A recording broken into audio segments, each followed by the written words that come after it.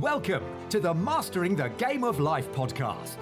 In this podcast, there'll be insights around 3 key areas to mastering the game of life: purpose, prosperity, philanthropy.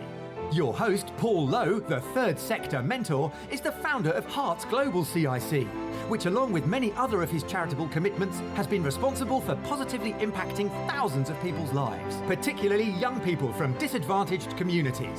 Author of Mastering the Game of Life, From Pain to Purpose, and Speaking from Our Hearts books. Introducing your host, Paul Lowe. A warm welcome to this podcast interview where I've got a very special guest, as ever, Mr. Richard Gerver. And Richard, I'll introduce him in a moment, but I just want to set the scene, if I may, by elaborating on the first podcast episodes. We've spoke around the need for purpose. And certainly moving on from that, the interview that we did made more of a reference to prosperity. So I don't really want to get too bogged down on what I've termed my 3 pillars, but what I do want to scratch the surface below is the change process, because whatever our philosophy or model for life is, or our belief system, it's always going to be subject to change. So on that basis, it gives me immense pleasure to introduce Richard Gerver. I'll let Richard tell you a little bit about himself, and I'm sure his humility will prevent him throwing accolades, but if he doesn't, I will. And so anyway, without further ado, over to you, Richard. Hi, Paul. Hello, everybody. It's a real privilege to be with you.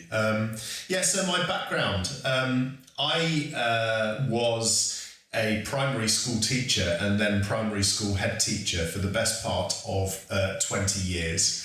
It was my calling, it was my passion, it was everything I'd wanted to be, that passion, that desire to make a meaningful difference to young people's lives.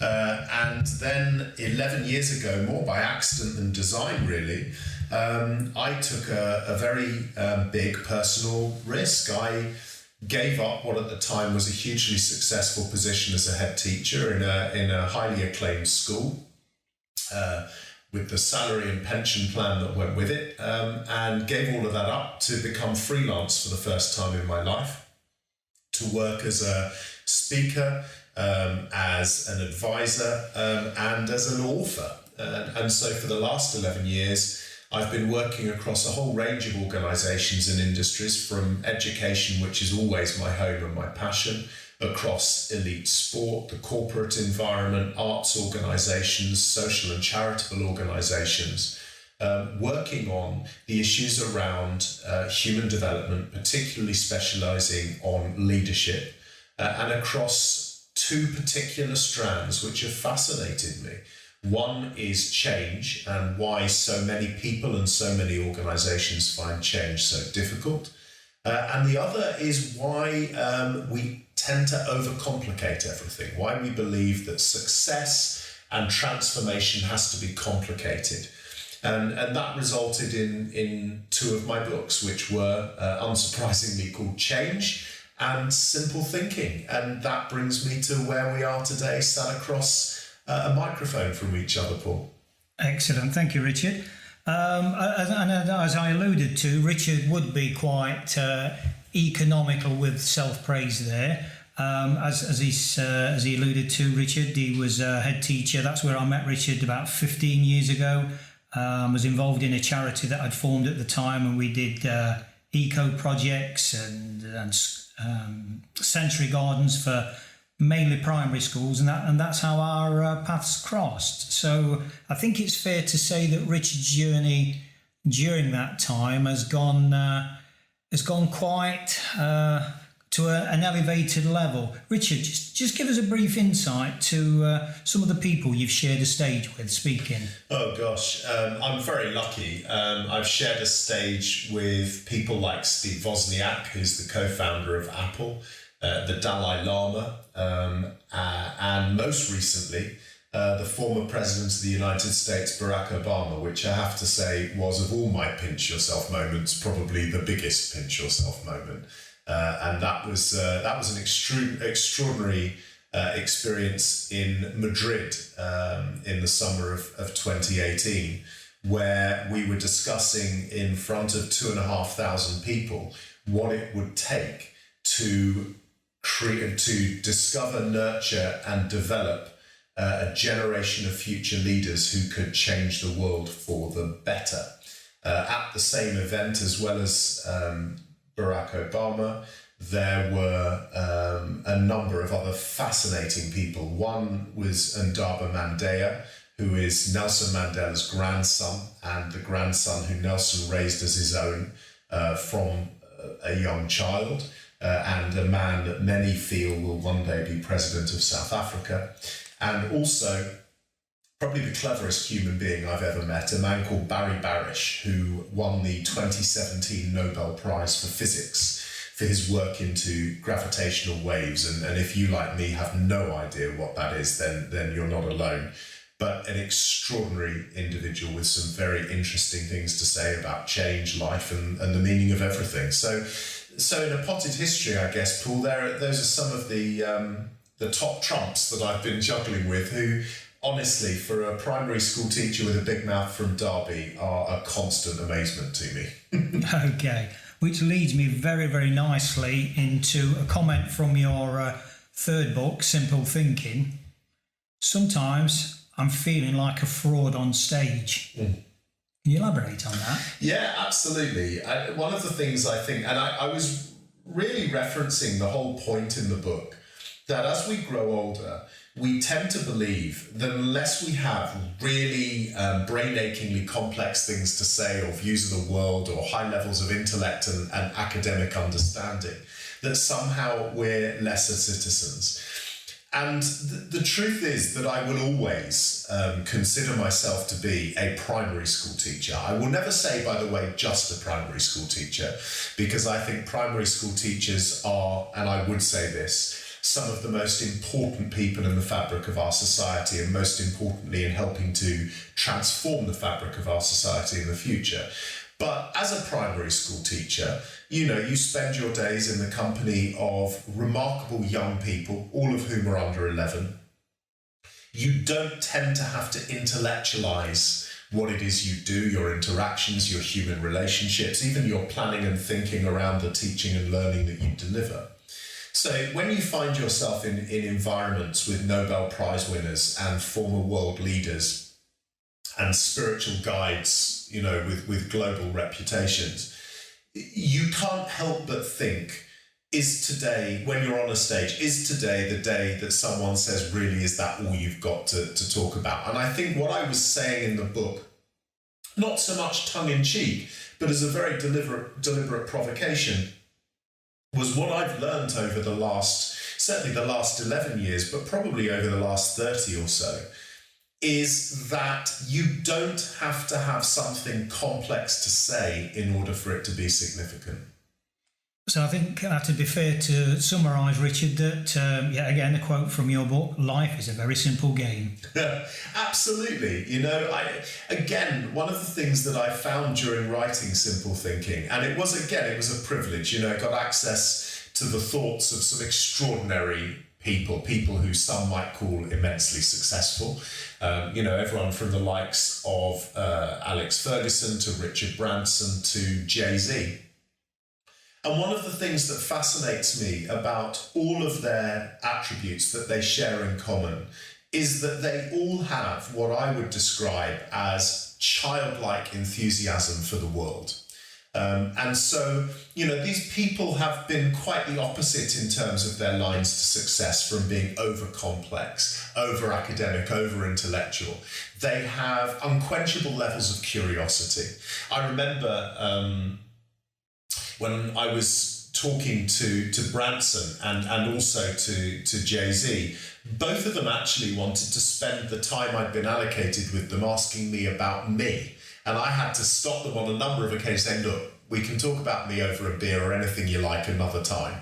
But I've been given time to ask you questions specifically for my book. So that unquenchable curiosity that young children have, that desire just to ask questions that are uncensored, to feel and think about the world without anyone filtering out those thoughts because somebody's going to tell them it's daft or immature or stupid or irresponsible, and so that's really where I'm coming from here. And I've got to be honest, the longer I travel through this life, the more I envy kids under 5. We learn, and I don't know how you percentage it, but I think the sentiment is incredibly powerful. We learn somewhere between 70 and 75% of everything we learn in our lifetime before we're 5. So if you think about the learning curve of our human existence, those 5 years are like a period of bounty. And then what follows is an increasing famine. And I'm convinced that part of that is because we pre-censure so many of our thoughts and our feelings and our actions based on what we comprehend other people view our responses to be, that we increasingly self-limit from the age of 5 up. And so for me, this quote about life being a simple game really reflects on that sentiment. Before we're 5, it's an incredibly simple game. And arguably, as human beings, we are at our most successful. So maybe one of the great challenges that we all face is, how can we strip back the way we think and behave to the times before we were 5 years old? And how can we be more conscious of controlling some of those in inverted commas, mature reflexes that tend to limit so much of our potential as we get older? So in that context, Richard, my mind was kind of just creatively thinking perhaps we should have done this conversation sitting outside in Wellies in a puddle and just, I don't know, asking for sticks of rock and ice creams. Absolutely, and why not? You think about the extraordinary things that young children accomplish, just by you stick them down in front of a cardboard box and they'll immerse themselves in a world created by that cardboard box for hours and hours and hours. And the older those young people become, the less likely they are to entertain themselves with a cardboard box, which, by the way, does also call into question one of the great challenges of the modern age, which is we need to be sure that we aren't limiting our own potential for curiosity and creativity and daft questions because we shut ourselves off using technology, which in many ways can, and by the way, I'm not technology bashing here, can become the chewing gum of the brain. And so one of those other great challenges for us is how do we make sure as we get older, we maintain those gorgeous, incredible, infectious levels of curiosity for the simple things in life. Absolutely. Failure isn't a bad thing. It's just failure. Yeah. Again, as I've already alluded to, as young children don't see failure as bad. Young children just see failure as part of the adventure. And if you think the way we all react with young children, the most common example I give is when you sit with a young child cross-legged on the floor and coloured building blocks, and the kid spends, ages building the tallest tower they can, and then the tower topples. Well, they don't cry, storm off, and get themselves into a real funk, do they? What they do is they laugh because you laugh, and everybody rolls around laughing, and then what they do is they go again and they build a new tower, and all the time they're learning about balance and shape and weight distribution and all of those things. But the point is they're just reveling in failure. And the really interesting thing is this perception of failure as bad as we get older, and the fact that failure becomes the enemy, if you like, of what we consider to be success. So as we get older, we increasingly tend to avoid situations where we're likely to fail, high-risk environments. And one of the things I've always said and always believed in is that you learn nothing new by getting something right, ever. You only ever learn something new from the point of a mistake, the realization you don't know something or you can't do something. And how do you expose yourself to that? Well, you have to embrace moments where you fail or make mistakes. And again, one of the great things that I think hinder and hamper our adult development is that absolute perception that failure is a bad thing. And more of us limit our lives, both socially and professionally, to the realms of things we know and we trust and we know we can do, and the things we know we feel happy doing, even down to the habitual nature of most of us. If we have the spare cash to go out for a meal, for example, right? 99% of us will order the same damn meal time after time after time. If you go to download music, you download music from a genre or an artist you know you like. You go to the cinema to see films in a genre you know you like. You go to a bookshop and you thumb them, but you only go to the genre you know you like, you know? And one of those things that really interests me is that those habitual qualities stifle our development, yet in the second breath we go, I don't understand it. Why aren't I creative? Why aren't I curious? And the trick is because we censor our behaviours based around that fear of making a mistake, failure, or thinking something isn't going to work for us. Yet as young children, we don't see that concept of failure as a bad thing. And I think over time we're constrained by our advisors and our environment. And I liken it to putting a plaster on a problem as a young child. And by the time the child has matured into an adult, that child is just full of plasters and doesn't really know anymore why those plasters are there. Yeah, I mean, you know, I think that's a really powerful and important observation, because I think one of the great duties of care we have, and it's a real paradox, because as adults, we tend to want to protect young people. We want to nurture. You know, if you're a responsible adult in a caring environment, which I know not all of us are lucky enough to be in that position, but our reflex is to protect, to nurture, to support. And many parents and families, and indeed educators, over-nurture and over-protect young people. But the other thing we've done since time immemorial is cast the idea that our job in developing and nurturing young people for their future is to promote the sense to them that they have to seek out certainty, that certainty equals stability and stability equals happiness. So we are preoccupied from a very young age with doing what we're told and doing it to the best of our ability. And I think this is a really interesting issue now in the social and global context in which we find ourselves, because for many generations, that was probably the most effective way of ensuring the vast majority of people had, let's not call it successful, but let's call it competent lives, you know, lives where they got through and did okay for themselves, because that whole model of work hard, do what you're told, learn that at school, it'll set you in good stead.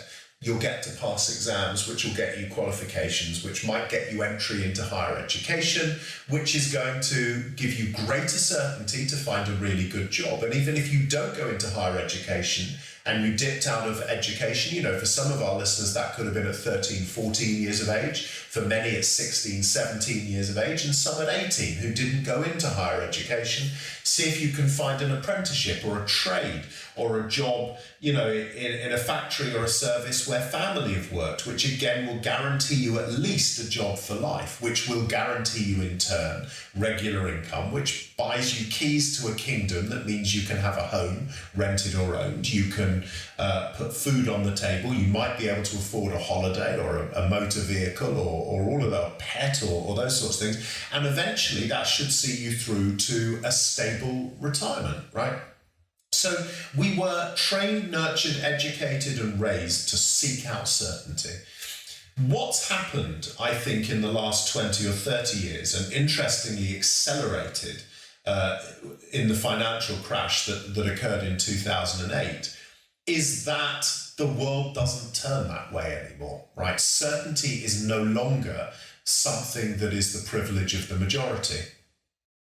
And we're actually living in an environment which is far less certain. And as a result, one of the things that I'm seeing in society, not just is an alarming rise in the rate of mental health problems, attempted suicide, self-harm, eating disorders, all of the things that can go with that, the rise in self-medication and depression, all of those things I think are now the greatest epidemic of our age. But also, what we're seeing is a phenomenal rise in anger. People are incredibly angry, right? And that's showing itself across the socio-political spectrum. And I don't want to get political today, but extraordinary events like the entirely democratic decision that the British people took to enact Brexit. The fact that in the US, despite all of the pundits saying it could never happen, a president of the nature of Donald Trump was elected. There is the rise of the extreme right wing across many countries in Europe and, in fact, across Latin America. There is a huge explosion in suicide rates and mental health problems across Asia and Southeast Asia. So what we're seeing, I think, is a reaction and a tipping point where generations of people who were prepared loosely for a world of certainty, who could then enter that world of certainty, are no longer finding that certainty, right? So what we're seeing is a massive grating of the emotional and social plates where people did what they were told and didn't get what they were promised. And as a result, there is the explosions I've talked about. And I think one of the really, really important issues we have to come to terms with and understand is why we're all on a personal level experiencing so much of those frictions in our lives. And maybe start to ask those fundamental questions about how can I really recalibrate my own mindset, not only so that I can survive but thrive in the future, but my family and friends can do the same thing. Absolutely, because I think a lot of people have spent a lot of time chasing externals, what I call externals. The world is out there. I will control it. And as you quite rightly allude to, Richard, in my humble opinion, those changes, they're stark and they're exponential now. And people are starting to realise the need to look back inwardly, because I can't change what's going off out there, but I can change the way I deal with it. And I think that's, there is, certainly from the work I do, there's a lot of evidence to that, because I think it's almost fueled by desperation. And I agree. And I also think, I go back to what I said before, we are trained to trust other people to control our lives for us. Because basically what we're told is if we do the right thing, then there will be people who will look after us, whether that's the state, whether it's a corporation, whether it's friends, family, whether it's a social organisation. We're always told to trust that other people will control our lives for us. And I think what's happening increasingly is a growing understanding and enlightenment, if you like, which is actually suggesting exactly what you're saying, which is, although a lot of people find it very frightening, and partly because they don't have the tools and experience to comprehend how to do it, the truth is we all have to look far more inside ourselves to find our own answers and to develop a greater sense of self-leadership and self-management that will ultimately make us feel far more satisfied and happy, because it will move more and more of us away from the reflex right now, which is that of victim. Because so many of us feel that we are reactive to the circumstances in the world around us. And if we start to trust ourselves more, which really in essence is what the book Simple Thinking is all about, we can start to feel that we have greater control over our lives and therefore feel more proactive. And of course, one of the great lessons of life is, if you are reacting to anything, professional or personal, that never feels cool. But if you feel you're in control and you're being proactive, that actually can be really exciting. And I think that's a really interesting thing that I was exploring in the second book, which was change, which was the reason why so many people are so fearful of change isn't because of change itself. It's because their experience of change is always reactive.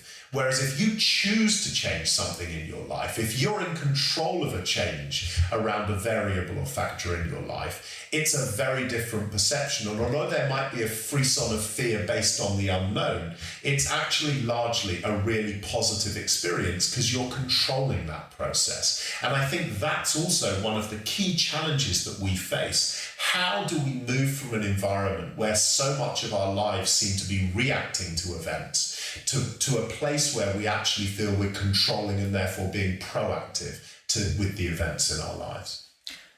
And I think we could sum this particular phase of conversation up what Branson would call reinvention. Yeah, absolutely. And I think that's the other thing, you know, it goes back to childhood. One of the most powerful things about curiosity is that there is a sense of dissatisfaction with what I already know and how I already exist, but not in a negative way. Young children are dissatisfied because they're always hungry to know more, be more, and experience more. And I think that's the point I keep making, which is maybe we should just untap the 5-year-old in all of us. Absolutely, because it's there, isn't it? Oh, it never goes away. We just suppress it. Yeah, absolutely. Okay. 2 words, Richard. Curiosity quotient. Give us an insight, if you will. Yeah, I mean, one of the really interesting things that I think that I started to dabble with when I was doing research for the books was obviously most people have heard of IQ, right? Most people have heard of intelligence quotient. And we're often so heavily measured in terms of our intelligence based on that. We're pigeonholed and categorized. It goes back to what I was saying before. Society values academia as the currency of clever. Intellect is the currency of clever. It's why scientists, rightly to an extent, are held up as the geniuses they are, because most of them, largely their research and work, hopefully makes the world better for the rest of us. But the real tragedy and shame is we don't measure curiosity in the same way. Yet when you think about it, it's the marriage of intellect and curiosity that actually defines human beings and our drive to be better and create better societies. I go back to my meeting with Steve Wozniak. One of the things that was really interesting about meeting Steve was he said, you know, Richard, Apple would never have happened if it had just been me. Because I tinkered with transistors, I used to be fascinated how things worked, I'd deconstruct them and I'd reconstruct them. But actually it was my meeting and marriage, if you like, with Steve Jobs, who was a creative genius. He was restlessly curious, right? He was childlike. He was always trying to explore new things. He said, and it was only when the two of us came together that Apple would ever have been possible. You know, he said the thing that defined Apple in many ways in the early days was the unique way Apple computers looked on screen. And that largely came from Steve Jobs's fascination with calligraphy and writing as an art form. He said, so actually, it was my intellect and my academic and technical knowledge married with his curiosity and his incredible levels of curiosity intelligence, if you want to frame it that way, his curiosity quotient that allowed us to develop and create the company we did, which in my opinion ultimately has been a game changer in the way all of us lead our lives. And I think there are so many stories like that. You know, when you think about the meeting I told you about earlier with Barry Barish, who was the Nobel Prize-winning physicist from 2017, and his work into gravitational waves. One of the really interesting things about Barry was I asked him about his recruitment process, and he said, well, you know, really interesting to get anywhere near Nobel Prize-winning physics discovery, you have to have a massive team around you. And he said, you know, we recruited over 143 different people from all over the world. He said, but what I wasn't interested in was their science qualifications, because I assumed they all were incredibly qualified physicists.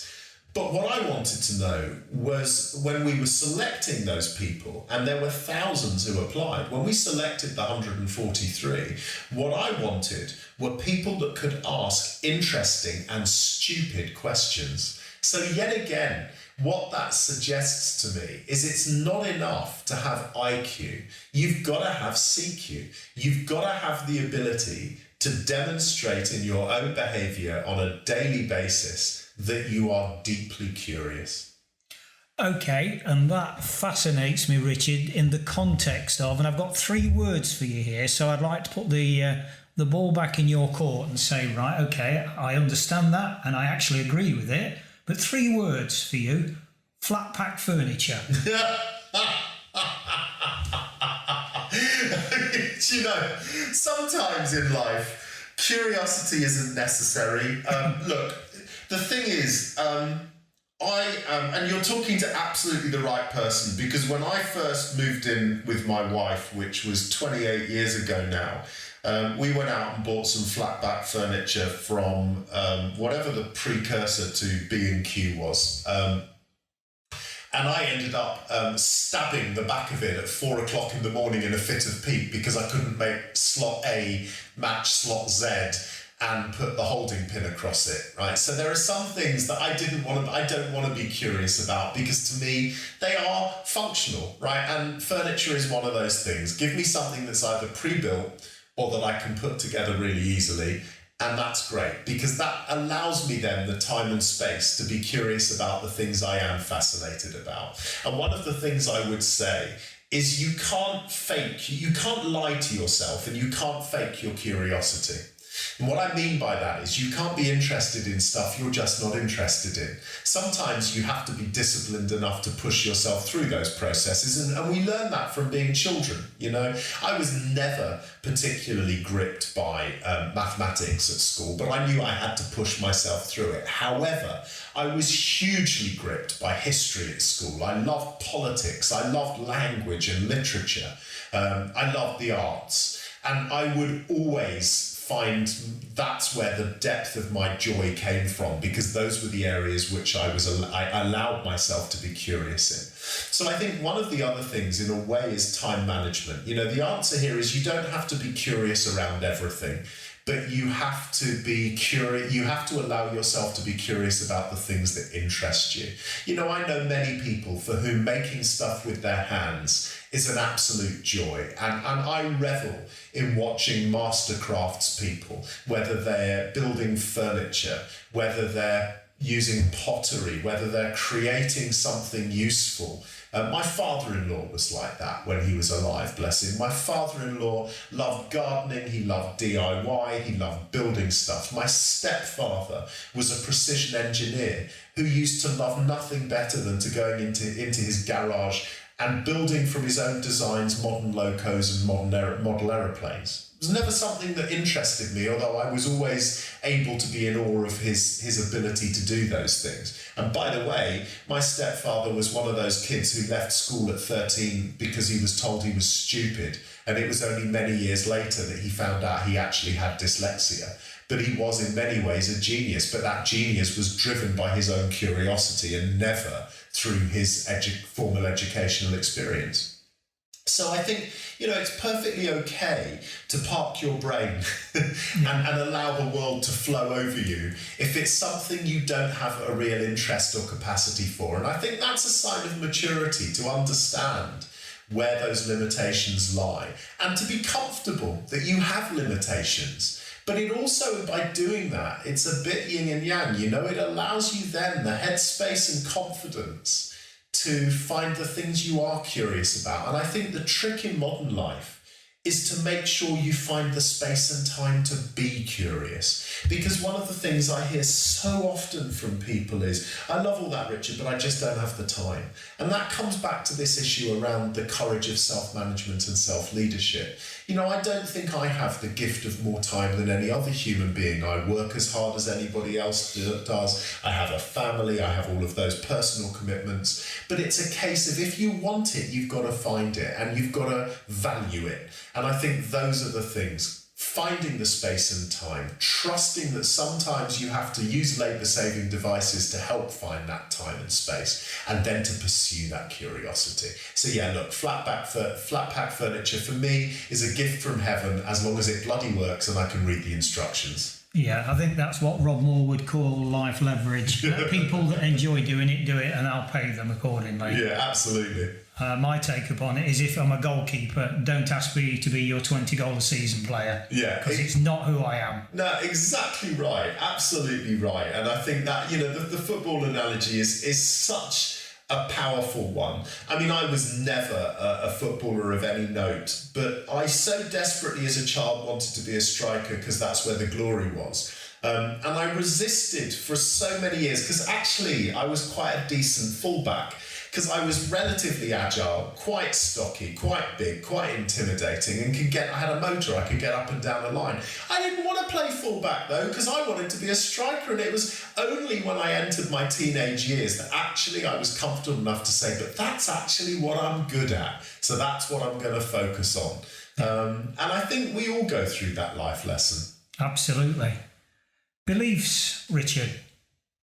Tell me about beliefs. And at its heart, success is selfish. I think it's a very interesting thing. Look, I mean, I think it's a very personal thing, and I think it's okay for it to be very personal. I never condemn anybody for either their beliefs or their passions or the things that make them happy, as long as they don't interfere with other people or make other people feel uncomfortable or unhappy. So never at the expense of other people. For me, I learned many, many years ago that my personal belief was centered around one word. My entire compass and feelings of what success were to me could be centered around one word. And it goes back to the death of my maternal grandfather, who was a man that I grew up with, really, for one reason and another. In some of my youngest and most formative years, I grew up in a home with my grandmother and my grandfather and my mother and my brother. So for many years in my young formative life, he was a powerful role model for me. And when he died, which was when I was a young teenager, you can imagine for all of us, loss and bereavement of close family is always a difficult thing. And particularly when it's one of the first losses and bereavements you experience as a young person. I remember being at his graveside, and I come from the Jewish faith traditionally, and in the Jewish faith, funerals are incredibly stark and really deeply unpleasant experiences, actually. And one of the traditions within the Jewish faith is that the male members of the family have to fill the grave after the burial ceremony has taken place. It's ceremonial. You only shovel 4 or 5 hods into the ground. But I did my bit, this was my grandfather, and it was what was expected of me in a strange kind of way. You feel it's a way of serving respect to his memory. And so I did it, but obviously I stood there extremely upset. I remember it being, the starkness of the day, the whole thing, it just overcame me. And as I was stood there, this old guy came up and put his arm around me, and he said, I used to work with your grandfather many, many years ago, and I want to tell you, young man, that he had more integrity than any human being I'd ever met. And it was a profound moment for me, because I wasn't entirely sure, I think, at that time, the depth of what integrity really means. But I did know in that moment it was quite cathartic. It was almost an epiphany. I thought to myself in that moment, my God, if somebody could say that about me at my graveside, then I have reached my fulfillment. I have done everything in my life that I could aspire to do. And for me, it's that belief system that has driven all of my adult life and will continue to do so. It's also my Achilles heel, because if anybody ever accuses me of lacking integrity, that hurts more than virtually anything else. It's like somebody driving a dagger into your heart. And I'm not saying that should be integrity should be the driver of every human being, that every human being will find what is their driver. Now, for some might consider it be superficial. It might be about the accruing of wealth and material things. For some, it might be a deep sense of religious calling. For some, it might be just the environment of raising a family and perpetuating a legacy. It could be 101 different things. But what I think is really important is people are honest with themselves. It's a phrase I've used already in this podcast. You can't lie to yourself. And I worry sometimes that people don't follow their own beliefs. They either follow beliefs that they think are expected of them, or sometimes they follow a belief system which they think is the right one to follow because other people would look at them and say, oh, that's the right thing to be, or the right thing to want, or the right thing to desire. And one of the things that I reflect on as I get older, as we all do, is the day I became comfortable in my own skin was the day I realised that my belief was centred around the desire to constantly show integrity. And it's how I reflect everything I do, all of the actions, all of the behaviours, all of the experiences I have. And I truly believe that if you find a passion that is something you truly feel attuned to, and you have the courage to stick to that no matter what the external pressures, above everything, when that day comes for you, you should be able to reflect back on your life and say, I lived a life of value. And that to me is my personal belief, that we should all have the courage to live a life of value. Thank you for that share, Richard. If we can go back to the very first podcast, which was called Mastering the Game of Life, as simple as ABC, ? Now, as simple as ABC, just as a reminder, the A is for awareness, because we don't know what we don't know. Yeah. The B is what we've been talking about, the beliefs. And if things are not working for us, then maybe we need to change our beliefs, because nature and the infinite universe will do what it will do. Mm-hmm. And then the third one, the C, is what we spent quite a bit of time talking about, as well as creativity. Because, to use a well-worn cliche, if we always do what we've always done, we'll always get what we always got. Mm-hmm. And then we'll usually end up moaning that, I keep getting these high gas bills and I can't pay these gas bills, and it's a bit like a dog chasing its tail. Mm-hmm. Or why don't you put some more clothing on, or metaphorically turn the gas off? Or, change, do something different. Mm-hmm. But we don't do it because we're stuck in this need for certainty. Yeah. And there's this significance, isn't there, in actually moaning and becoming trapped in this despondent way of being, rather than having that courage to step out of that and say, okay, we do need to change this. We do need to change this. Okay, so if I can conclude now then, Richard, and I always like this kind of exercise, say to people, metaphorically, you are looking at your last few breaths. What would you say to the outside world about your life? And I know you've already touched upon it, but if you can leave some more golden nuggets for the listeners to say, this, in my belief, this is what it's all about. Well, I think the best way I can define that is by saying a little bit about, when I became a head teacher at Grange, which you know well. It was a community that was slightly directionless. It was incredibly reactive. It was an environment that felt battered and despondent.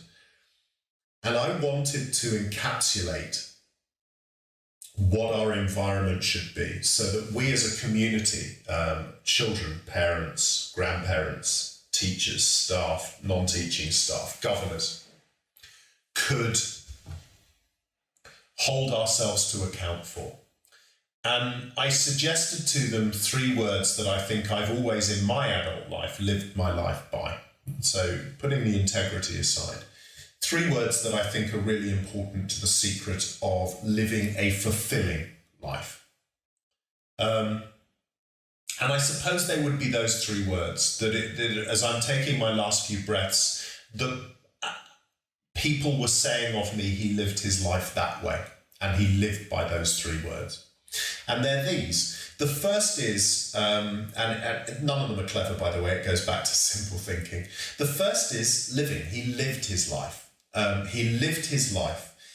He spent his life trying to achieve the things that interested him, that made his heart beat faster.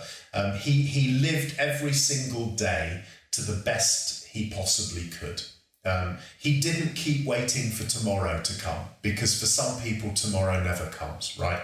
That he actually lived every day. He woke up every day and lived each 24 hours to the max. The second is learning. I hope that in my last few breaths, people will say, and I'll be able to reflect for myself, that again, I was never satisfied with what I knew or what I'd experienced. And it comes back to curiosity, that I was unquenchably curious, that I would always want to know and learn more. But when those moments of passion arose, I wouldn't wait for somebody else to bestow that gift of learning on me, that I would actively seek out what I didn't know and what I wanted to find out. I would actively seek out the experiences I wanted to have but hadn't had. So that absolute desire unquenchably to keep learning and to be curious. And the third L, the third word, is laughter.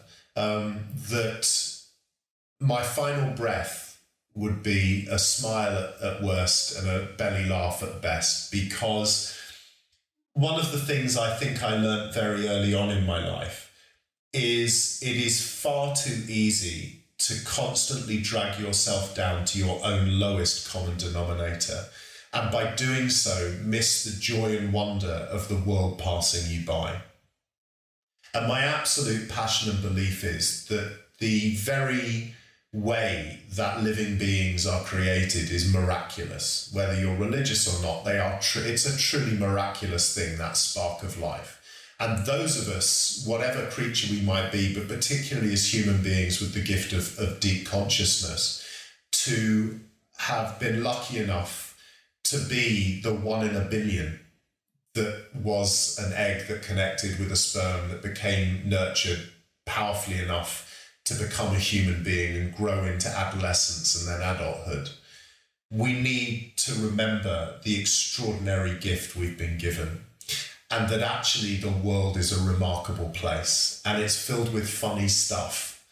And we should always be able to find, if we can, the light side to something in our existence. And remember that laughter will always furnish you as a rich human being, irrespective of your physical and material wealth. And so for me, those are the three things, right? I want people to say of me, he lived his life, he never stopped learning, and his laughter was infectious.